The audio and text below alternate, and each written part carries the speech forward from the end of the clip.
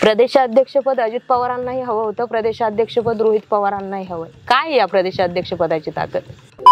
पण मग मुख्यमंत्री पद का सोडलं जातं? त्याच मुख्यमंत्री पदापायी आज राष्ट्रवादी काँग्रेस पक्षाचा एवढा मोठा देव्हारा झाला असं म्हणता येऊ शकतं. ज्यावेळेस अजित पवार तुमच्या पक्षात होते किंवा एकत्र तुम्ही सगळे होते, प्रदेशाध्यक्षपद खटकत होतं, ते गेले, म्हणजे त्यांनी आता स्वतंत्र पक्ष उभा केला.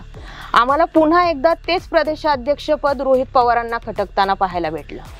म्हणजे जाहीर सभेत, जाहीर भाषणांमध्ये झालं की सेनापती म्हणून कुणा एकाला आम्ही लोकसभेचं क्रेडिट देऊ शकत नाही, ते सगळ्यांचं क्रेडिट होतं असं रोहित पवारांनी म्हणणं, आणि त्यानंतर तुम्ही स्टेजवर येऊन म्हणणं की मला 4 महिने सांभाळून घ्या, माझी काही चूक होत असेल तर पवार साहेब माझा कान धरतील.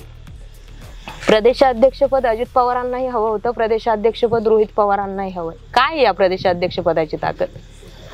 त्या दोघांनाही नको होतं प्रदेशाध्यक्षपद. अजित पवारांनी कधीही माझ्या विरोधात कधीच भूमिका घेतली नाही, पण ज्यावेळी त्यांचा निर्णय झाला तिकडंच जायचंय त्यावेळी मग काही कारणं काढायची असतात, त्याप्रमाणे काही कारणं त्यांनी हुडकून काढली.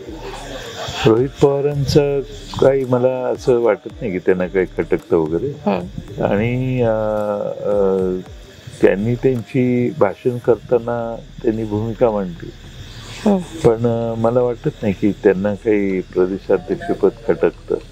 उलट आमचा पक्ष एकजिन्सीपणाने आज काम करतोय. सेनापती म्हणून लोकसभेचं जे क्रेडिट तुम्हाला दिलं गेलं ते खटकलं असं म्हटलं तर योग्य ठरेल का?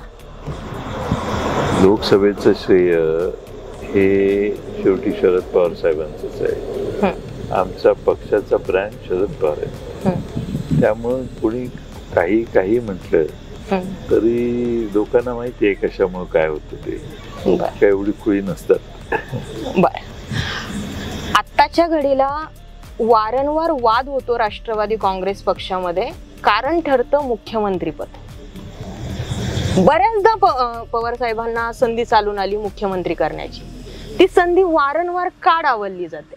असं नाहीये की पवार साहेबांच्या पक्षात तसे लोक नाहीयेत, नेते नाहीयेत, आहेत, पण मग मुख्यमंत्री पद का सोडलं जातं? त्याच मुख्यमंत्री पदापायी आज राष्ट्रवादी काँग्रेस पक्षाचा एवढा मोठा देव्हारा झाला असं म्हणता येऊ शकतं. नाही, कसं आहे की मुख्यमंत्री पद हे आम्हाला एकदाच संधी मिळालेली होती, ती त्यावेळी सोडली. त्यावेळीची कारणं मला माहीत नाही काय आहेत. त्यानंतर आता आम्हाला सगळ्यांना काळजी आहे, तिन्ही पक्ष एकसंघपणाने लढले पाहिजेत, आणि म्हणून आम्ही पवार साहेबांनी त्यांची भूमिका घेतलेली की सर्वांना बरोबर घेऊन जायला पाहिजे, आणि मुख्यमंत्रीपद हे वादाचं असण्याचं काही कारण नाही, आणि ते वादग्रस्त होणार नाही याचीच काळजी ते घेत आहेत असं मला वाटतं. 2024ला आता विधानसभा झाल्यानंतर तरी मुख्यमंत्री पदाबाबत राष्ट्रवादी काँग्रेस पक्ष विचार करेल का? नाही, कसं आहे की आम्हाला भारतीय जनता पक्ष म्हणजे महायुती जी महाराष्ट्रात आहे ती महायुती घालवायला आमची पहिली प्रायोरिटी आहे. मुख्यमंत्री होणं ही आमची पहिली प्रायोरिटी नाही, महायुतीला घालवणं ही आमची पहिली प्रायोरिटी आहे. ते गेल्यानंतर बघू काय करायचं.